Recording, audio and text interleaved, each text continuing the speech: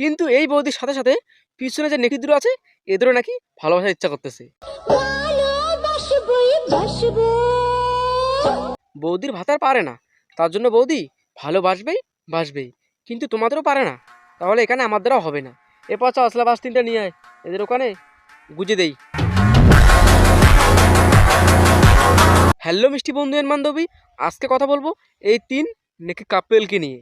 ব্যাপারটা হলো এদেরকে আজকে করবো, আই মিন রোস্ট। বেশি কথা না বাড়ি আজকে এদেরকে নিয়ে খেলা হবে।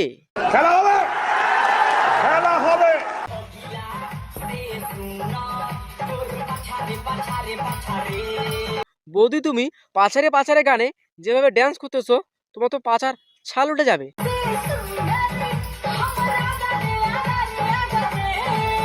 এখন আবার বৌদি এরকম করে আগারে আগারে মারাচ্ছে। এখন দেখতেছি ভাই বৌদির তো চুলকানি উঠে গিয়েছে, চুলকানি উঠে গিয়েছে, মলম নেই আমার কাছে, চুলকানি উঠে গিয়েছে, মলম নেই আমার কাছে।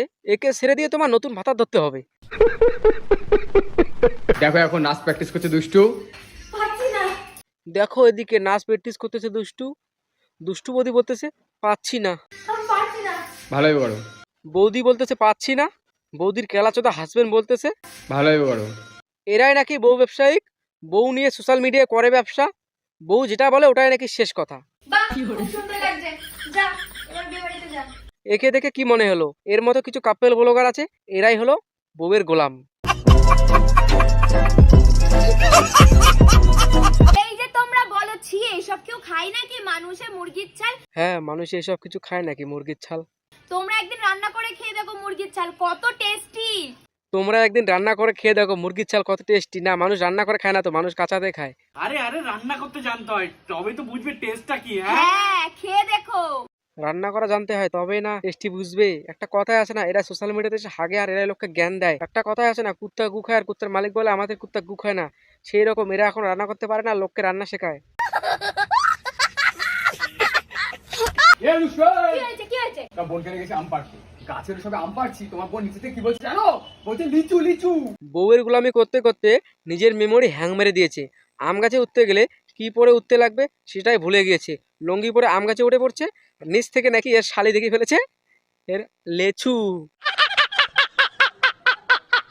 লেচু দেখে ফেলেছে ভালো কথা, কিন্তু লেচু দুটো যদি ছিঁড়ে পড়ে যেত, তোর শালি যদি নিয়ে খেত তাহলে কি তোর বউতে প্রেগনেন্ট হতো না।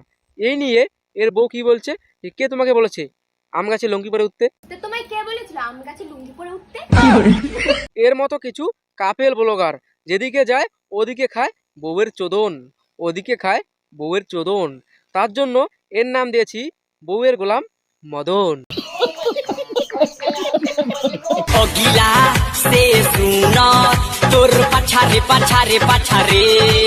দেখো ভাই, কয়েকদিন থেকে যেদিকে যাই ওদিকে খালি পাছারে পাছারে আগারে আগারে। জীবনে অনেক কিছু দেখলাম, কিন্তু সোশ্যাল মিডিয়া আসার পরে দেখতে হচ্ছে এদিকে পাছারে পাছারে এদিকে আগারে আগারে। কিছু বয়স্ক কাকা আছে এখনো বিয়ে হয়নি, তাদের কি সহ্য হবে? এসব দেখার পরে হাত দিয়ে ওদের কাজ করার আরো অ্যালার্জি বেড়ে যাবে।